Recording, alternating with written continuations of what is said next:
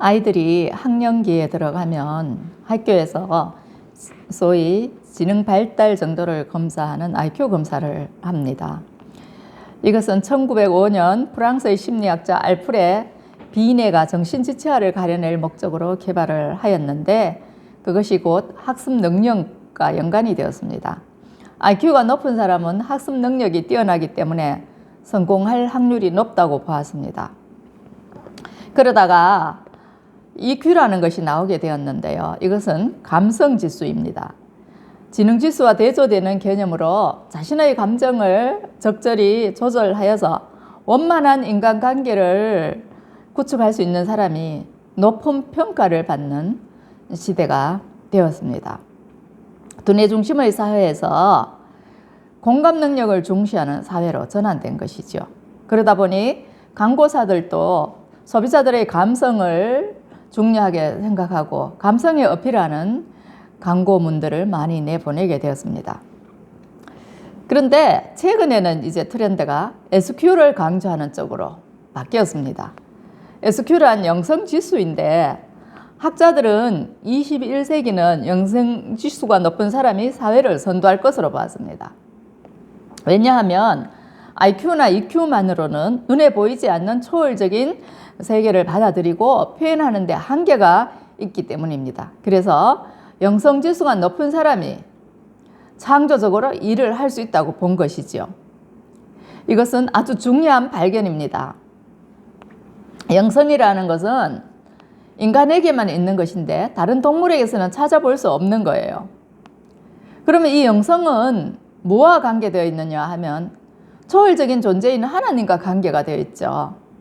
세계에는 여러 종교들이 혼재해 있습니다. 그리고 종교의식을 거행하는 사원들이 많이 있습니다. 기독교에서는 교회라고 하고, 가톨릭에서는 성당이라고 부르죠. 이슬람이나 해교도들은 사원이라고 하겠죠. 이것은요, 아무리 문명이 발달하고 사회가 발달하여도 영성이라는 그 초월적인 세계를 무시할 수 없다는 것을 대변합니다. 오늘 본문에서 말씀하는 바가 바로 그 부분인데요. 고린도후서 4장 7절에서 9절 말씀입니다. 제가 읽어드립니다. 우리가 이 보배를 질그릇에 가졌으니 이는 심히 큰 능력은 하나님께 있고 우리에게 있지 아니함을 알게 하려 함이라. 우리가 사방으로 우겨삼을 당하여도 쌓이지 아니하며 답답한 일을 당하여도 낙심하지 아니하며 박해를 받아도 버림받지 아니하며 거꾸로 뜨림을 당하여도 망하지 아니하고. 본문에서 말씀하는 바와 같이 우리 인생은 연약한 질그릇에 지나지 않습니다. 왜 그런가 하면 태초에 하나님께서 사람을 땅의 흙으로 지으셨어요. 그렇기 때문에 우리의 재료가 흙이라는 거예요. 그러나 사람이 이 흙으로만 지어진 것은 아닙니다. 창세기 2장 7절은 이렇게 말씀하지요. 여호와 하나님이 땅의 흙으로 사람을 지으시고 생기를 그 코에 불어넣으시니 사람이 생명이 되니라. 흙으로 사람의 형상을 만들어 놓으셨는데 그것만으로는 사람이 되는 게 아니라는 거예요. 하나님께서 사람의 형상으로 만들어 놓은 진흙 덩어리에다가 하나님의 생기를 불어넣었는데 그곳이 바로 코라는 거예요. 코로 하나님의 생기를 불어넣으셨다.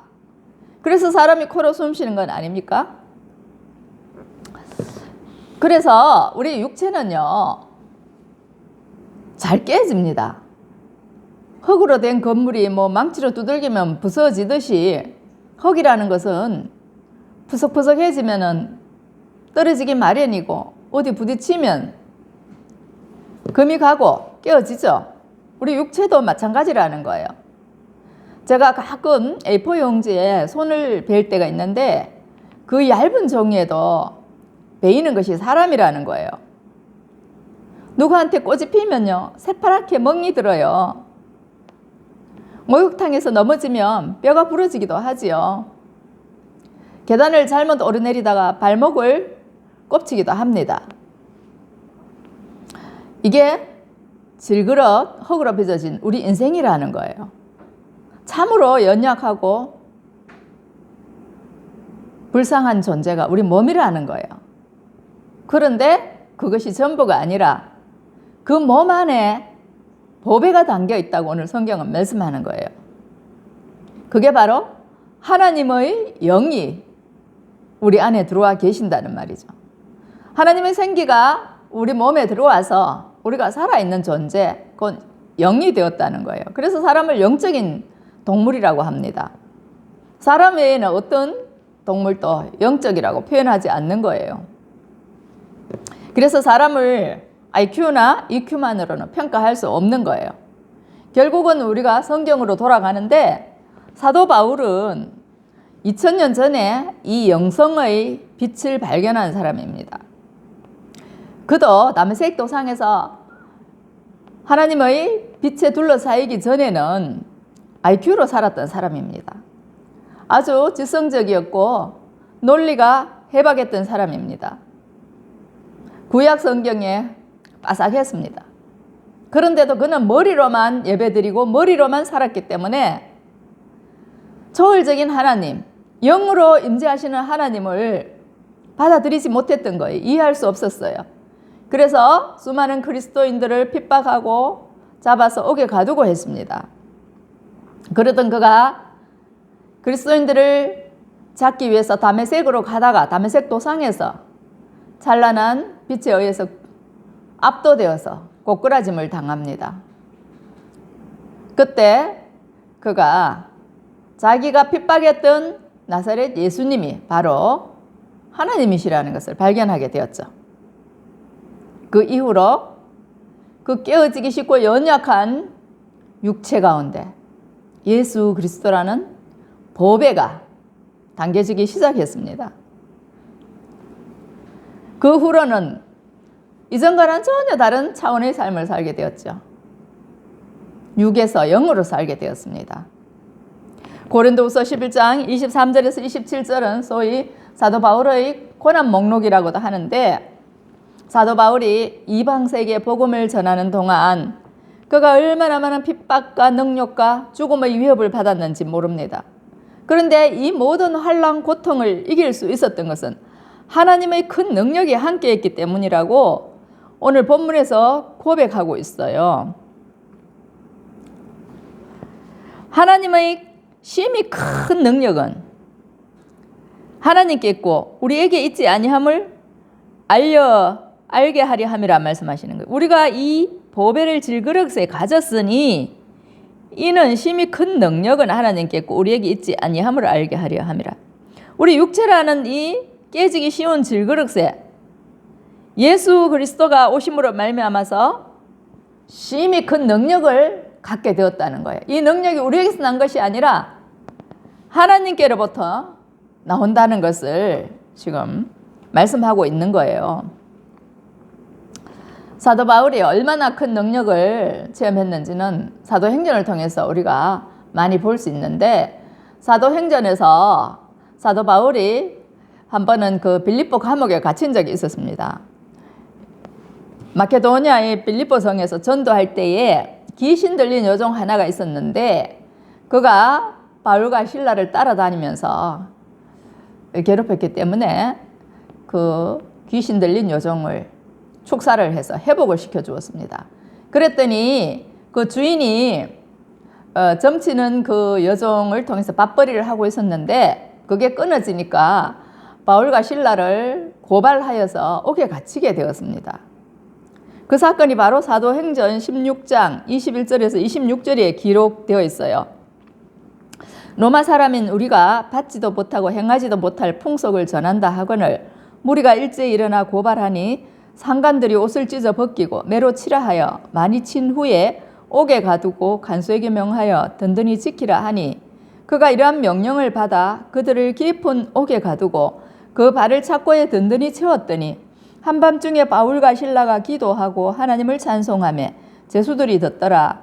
이에 갑자기 큰 지진이 나서 옥토가 움직이고 문이 곧 다 열리며 모든 사람의 매인 것이 다 벗어진지라. 사도 바울과 실라가 빌립보 감옥에 갇혀서요. 아주 이 감옥이 깊은 감옥이라고 해요. 할 일이 뭐가 있습니까? 그 감옥 안에서 말씀 보고 기도하고 찬송하는 것밖에 없습니다. 발은요 착고에 든든히 채워졌습니다. 그런데 그들이 기도하고 하나님을 찬송할 때에 큰 지진이 났어요. 포항에 5.4 지진이 있었죠. 그때 뭐 보니까 난리도 아닙니다. 집이 앞뒤로 흔들리고요. 번개 천둥 치는 소리도 나고요. 그랬습니다. 바울과 실라가 기도할 때 바로 그런 일이 일어났다는 거예요. 큰 지진이 나서 옥터가 움직이고 문이 곧 다 열렸다. 이 지판이 흔들려 버리기 때문에 문들이 제자리에 붙어 있을 수가 없는 거예요. 그런데 이 잠가놨는 문들까지 다 열려버렸다는 겁니다. 이게 어떻게 사람이 할 수 있는 일입니까? 또 모든 사람의 매인 것이 다 벗어진지라. 발에 메어놨던 거 이런 거 다 벗어졌다는 거예요. 수갑 찬 제수가 이 수갑이 저절로 풀어졌다. 이건 누가 했겠습니까? 초월적인 사건 아닙니까? 보이지 않는 손이 했다는 거예요.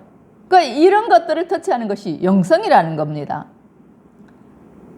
우리가 초월적인 세계를 우리 눈으로 경험하고 우리 몸으로 경험하는 거예요. 이 큰 사건이 하나님의 능력이 아니고서는 설명할 수 없다는 것을 사도 바울이 지금 본문에서 이야기하고 있는 거예요. 그래서 영성 지수가 높은 사람은 탁월할 수밖에 없는 거죠.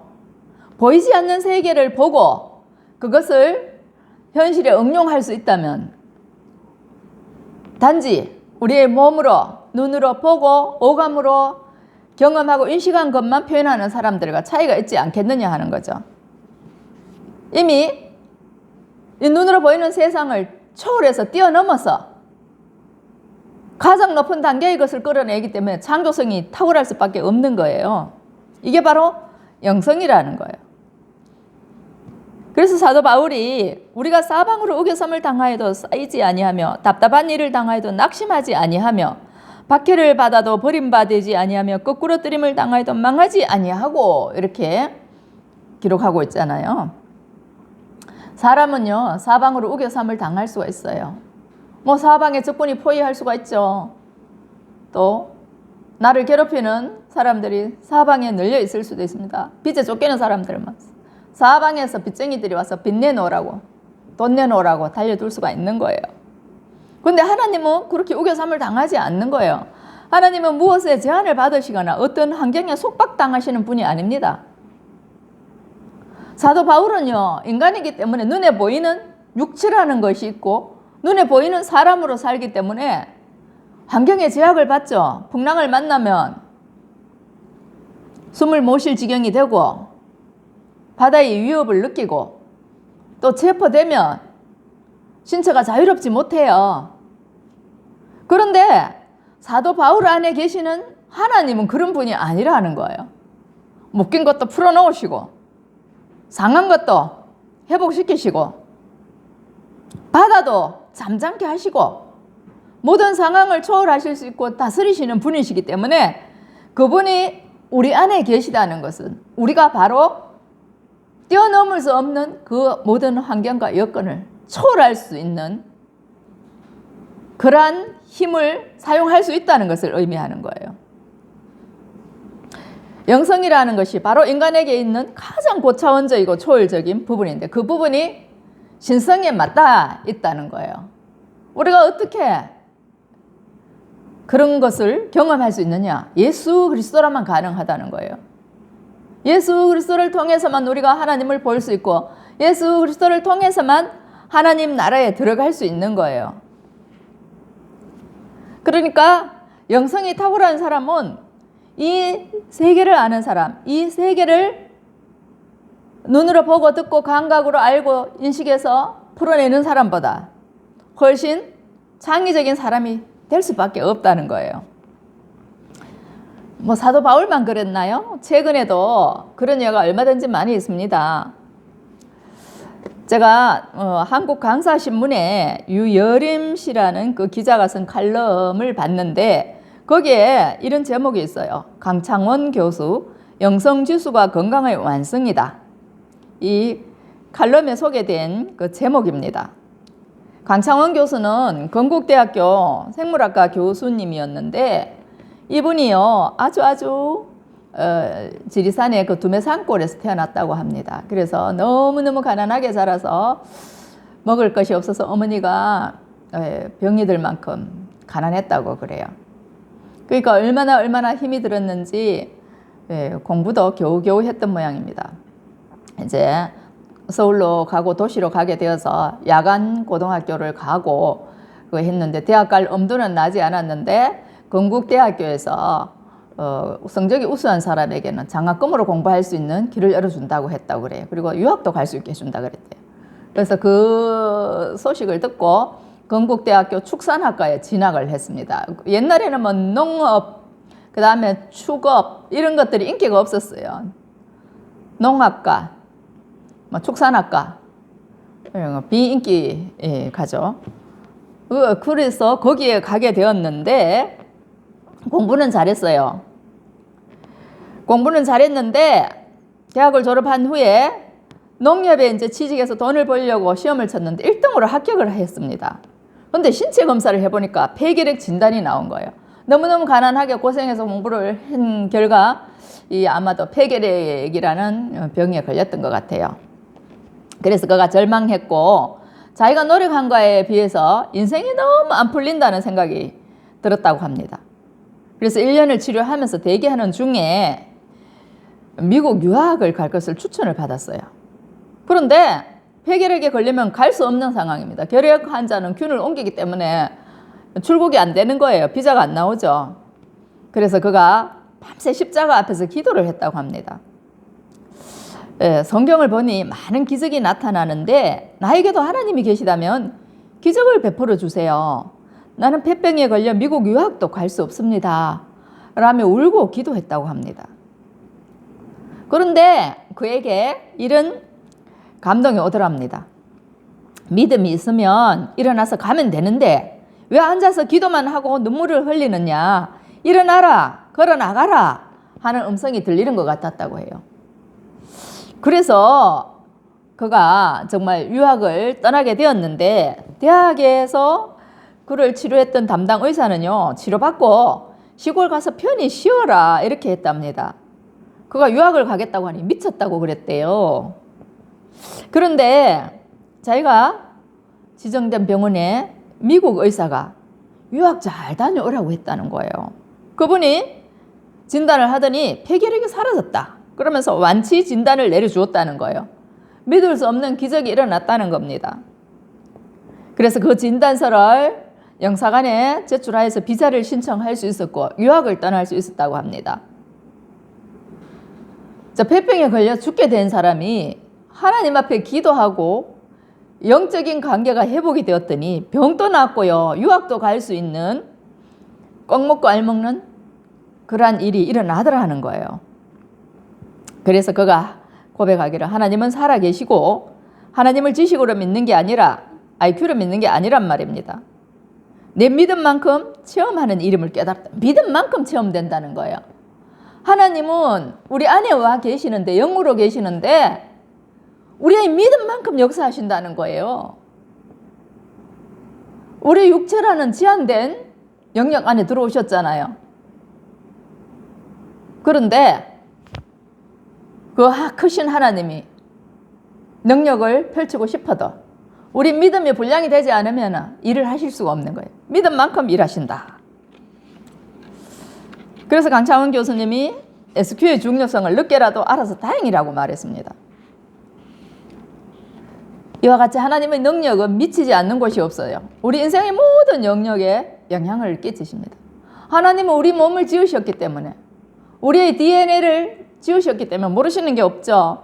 그래서 구석구석 다 검진하실 수가 있고 구석구석 다 치료하실 수가 있는 분이에요. 건강이 안 좋으신 분들 있습니까? 하나님 앞에 기도해 보세요. 영성을 회복해 보세요.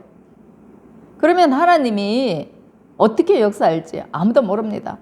물론 하나님과의 관계가 회복된다고 해서 다 낫는 것은 아니겠지만 낫는 사람도 많다는 거예요. 왜 누구는 낫게 하시고 누구는 낫게 하지 아니하시는지 우리는 알 수 없지만 하나님은 모든 것을 주관하시고 주장하시기 때문에 왜 그러냐고 우리가 항의할 수 없는 거예요. 구약에 욥이라는 사람이 있습니다. 욥은 우리 인생이 흙에서 왔다 흙으로 끝나는 것이 아니라 영원한 생명으로 들어가야 한다는 것을 알았어요. 욥기 10장 9절에서 욥이 이렇게 말했어요. 기억하옵소서. 주께서 내 몸 지으시기를 흙을 뭉치듯 하셨거늘 다시 나를 티끌로 돌려보내려 하시나이까? 기도하는 호소문이죠. 주께서 내 몸을 지으시기를 흙을 뭉치듯이 하셨거늘 우리 몸이 흙덩어리라 그랬잖아요. 그랬는데 다시 나를 티끌로 돌려보내려 하시나이까? 흙에서 왔다 흙으로 가는 거 그걸로 내가 끝이 나야 되겠습니까? 내 인생이 그렇게 끝나야 되겠습니까? 이 기도를 하고 있는 거예요. 사람이 육체로 사는 것만 아니잖아요. 내 영혼이 구원을 받아야 되지 않겠습니까? 이 기도를 지금 욥이 하고 있는 거죠. 욥은 정말 하루아침에 10자녀를 잃고 재산을 다 잃고 건강도 잃어버려서 얼마나 자기가 괴로운 상태인지 분처마다 신음이 물 흐르듯이 흐른다고 욥기에서 그렇게 기록하고 있어요. 그렇게 불같은 연단을 받은 후에 마침내 욥이 눈으로 하나님을 배우는 영광을 얻었습니다. 그 후에 잃었던 건강이 회복되고요. 자녀와 재물도 회복했습니다. 우리가 잘 알고 있는 구절은 이런 가운데서 나온 욥의 고백입니다. 그러나 내가 가는 길을 그가 아시나니 그가 나를 단련하신 후에는 내가 순금같이 되어 나오리라. 42장 5절 내가 주께 대하여 귀로 듣기만 하여사오나 이제는 눈으로 주를 배움나이다. 욥기를 보면 참 재미있는 구석이 많아요. 욥과 하나님이 대화를 주고받는데 끝부분에 이렇게 37장 40장 이쪽 무브로 가서 보면 하나님이 욥에게 많은 질문을 쏟아내는 것을 볼 수 있어요. 야야야 너 우박 창고에 들어가 본 적 있느냐? 염소가 몇 달 만에 새끼 낳는지 너 아느냐? 눈이 어떻게 내린지 너 아느냐? 하나님이 욥에게 여러 가지 질문을 하시는 걸 볼 수 있는데요. 욥이 그걸 어떻게 대답합니까? 욥이 눈이 어떻게 내리는지 자기가 봤습니까? 그 눈이 생성되는 것을 알 수가 있나요? 눈의 창고에 들어가 봤느냐? 바닷속 깊은 곳에 가봤냐? 바닷물 헤아릴 수 있느냐? 무슨 동물이 몇 달 만에 새끼 낳는지 네 아느냐? 하늘이 어떻게 지어졌고 땅이 어떻게 지어졌는지 너 아느냐? 이러니까 알 리가 없죠. 꿀먹은 벙어리처럼 가만히 있었습니다. 그때 욥이 내가 알지도 못할 말을 하였고 참 헛소리 짓거렸습니다 하고 하나님 앞에 고백하는 것을 볼 수 있어요. 왜 바로 인생이라는 거예요. 하나님의 전지전능하심, 하나님의 높고 높으심, 깊고 깊으심을 사람이 감히 헤아릴 수 없는 거예요. 그러나 우리가 믿음으로 주님과 깊은 연합을 이루고 교제 안에 있을 때는 어느 정도 알 수 있다는 거예요. 그래서 모세가 그 창조의 그 비밀을 알고 창세기를 썼지 않습니까? 모세오경을 썼지 않습니까? 믿음으로 그 세계를 본 거죠. 그런데 이런 연단의 과정을 이제 너무 힘드니까 견디지 못해서 포기하고 또 믿음에서 떨어지는 사람이 많죠. 그러면 우리는 늘 IQ로 살게 되고 EQ로 살게 되는 거예요. IQ로 사는 게 나쁘다는 거 아닙니다. EQ로 사는 게 나쁘다는 거 아닙니다. IQ도 EQ도 다 하나님께서 우리에게 주신 것이거든요. 르네상스 시대나 계몽주의 시대는 이성의 빛을 얼마나 강조했는지 모릅니다. 그런데 이성만으로도 문화를 꽃피우고 여러 가지 예술이 발달하였지만 결국은 영성을 뛰어넘을 수가 없고 영성을 빼고서는 인간을 논할 수가 없다는 것이 오랜 역사의 증명입니다. 우리가 하나님과 친밀한 교제를 누리고 영상 질수가 높아질 때에 예수의 생명이 우리에게 나타나는 거예요. 예수의 생명은 어떤 겁니까? 죽은 자도 일으키는 부활의 능력입니다. 그래서 고린도후서 4장 10절에서는 이렇게 말씀하죠. 우리가 항상 예수의 죽음을 몸에 짊어지면 예수의 생명이 또한 우리 몸에 나타나게 하려 함이라.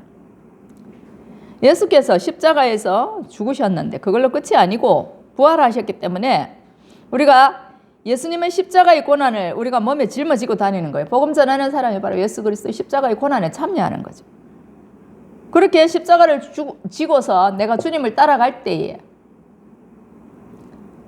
내 자아는 깨어지면서 예수라는 이 질그릇 안에 있는 보배가 더욱더 빛이 나는 거예요. 예수의 생명이 나타난다는 거예요. 내가 죽으면 죽을수록 예수의 빛이 강하게 나타난다는 거예요. 그러니까 예수님과 동행하는 사람들은 10번 넘어져도 그 안에 계신 주님께서 결코 거꾸로 뜨림을 당하지 않으시기 때문에 오뚜기처럼 다시 일어날 수 있는 거예요. 주님이 모든 환경을 다스리시고 또 회복할 힘을 주시기 때문에 일어서는 거예요. 사도 바울이 지금 그 얘기를 하고 있는 거예요. 그래서 영성은 우리의 능력이 되고 우리의 생명이 되고 또 우리의 지혜가 된다는 것을 알 수 있습니다. 성경에서 영성 지수가 높았던 사람들은 모두 큰 일을 했어요. 다윗도 그렇고 요셉도 그렇고 다니엘도 그렇고 모두 큰 인물로 살았죠. 그 사람들은 주야로 하나님의 말씀을 묵상하고 기도했던 사람들입니다. 다윗은 시편 23편에서 여호와는 나의 목자시니 내게 부족함이 없으리라 그랬어요. 뭐 쫓겨다니면서 쓴 시가 다윗의 그 시편 23편인데 그가 나를 푸른 초장으로 인도하시며 쉴만한 물가로 인도하시며 푸른 초장에 누이시는도다 이렇게 했잖아요. 그 하나님께서 원수에게 쫓기는 중에서도 쉴만한 물가로 인도하시고 푸른 풀밭으로 데려가서 누이신다는 거예요. 그리고 원수의 목전에서 상을 베푸시고 기름으로 머리에 발라주신 내 잔이 넘치나이다 이렇게 고백하는 거예요. 그 다윗의 시대에 하나님께서 이스라엘에게 주시겠다고 허락하신 영토의 거의 대부분을 확보를 했는데요. 다윗이 얼마나 많은 전쟁을 치렀는지 모릅니다. 수많은 피를 흘렸는데요. 다윗이 성전을 짓고 싶어 했을 때 너는 전쟁에서 피를 많이 흘렸기 때문에 안 된다고 말씀하실 정도로 많은 전쟁을 치렀습니다. 그런데 그 많은 전쟁을 승리로 이끌었던 비결이 무엇인가 하면 하나님께서 그에게 지혜를 주셨기 때문이에요. 사무엘하 5장 22절에서 25절을 보면 블레셋이 다윗이 왕이 되었다는 말을 듣고 쳐들어왔어요. 그때 상황을 이렇게 기록하고 있어요.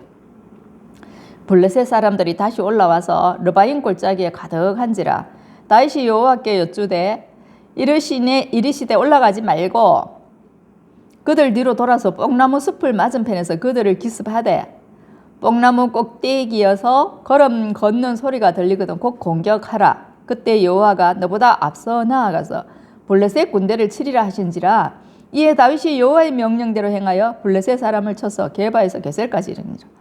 와, 블레셋 사람들이요 다시 올라왔다는 그전에도 공격을 했죠. 근데 많이 올라와서 르바임 골짜기에 가득하게 진을 쳤다는 거예요. 어때 다윗이 두려워하지 않고 하나님께 여쭈었습니다. 칠까요 말까요? 어떻게 할까요? 하나님께 여쭈었더니 하나님이요 올라가지 말고 그들 뒤로 돌아가라. 전면전하지 말고 뒤로 돌아가라. 그리고 뽕나무 숲을 맞은편에서 그들을 기습하여라 말씀합니다. 언제 기습하느냐? 뽕나무 꼭대기에서 걸음 걷는 소리가 들리거든. 하나님이 신호를 주신다는 거예요. 곧 공격하라. 그때 여호와가 너보다 앞서 나아가서 블레셋 군대를 치리라. 하나님께서 친히 전쟁을 하시겠다는 겁니다. 내가 먼저 나가서 치겠다. 야, 하나님이 뭐 전지전능하신 분인데 하나님이 그 큰 팔과 능력을 누가 감히 당할 수 있습니까? 그러니까 다 끄꾸러지지요. 그래서 다윗이 여호와의 명령대로 해서 블레셋 사람을 쳐서 게바에서 게셀까지 이르니라. 이렇게 해서 영토를 확보해 나가는 건 아닙니까? 하나님을 믿고 의지하는 자는요 하나님께서 약속하신 것을 다 누릴 수 있는 거예요.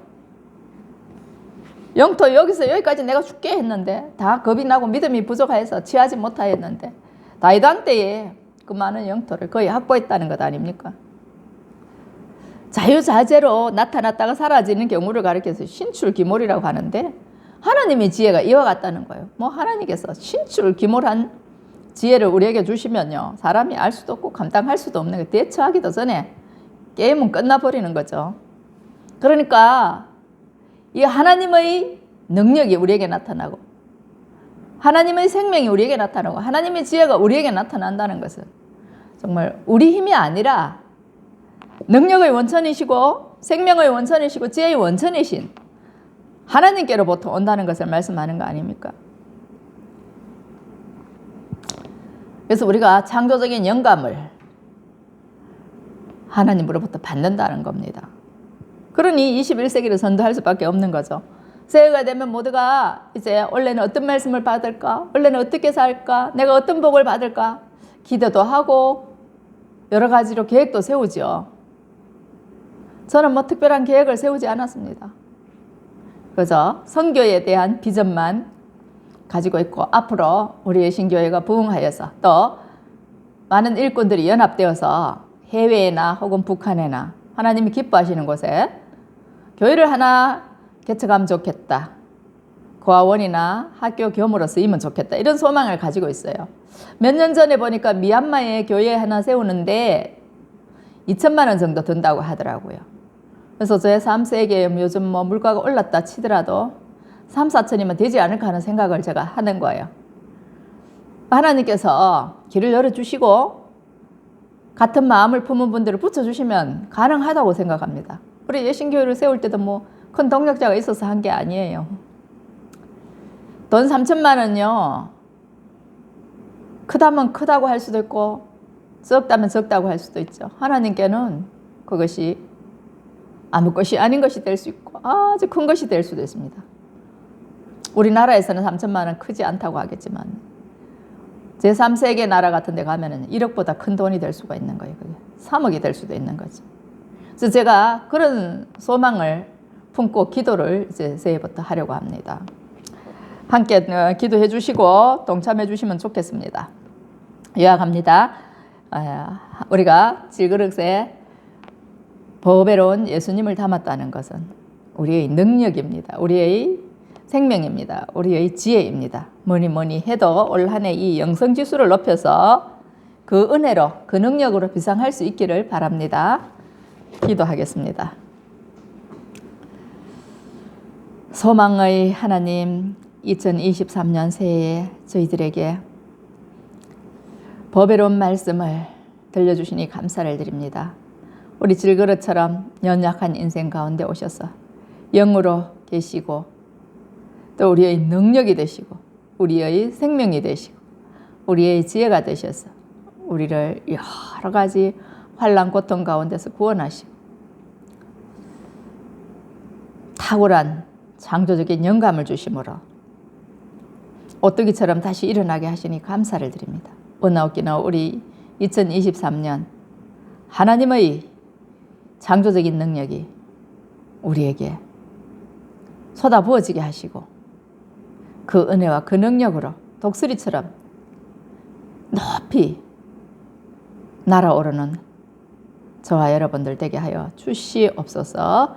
감사를 드렸고 예수 그리스도 이름으로 기도하옵나이다. 아멘.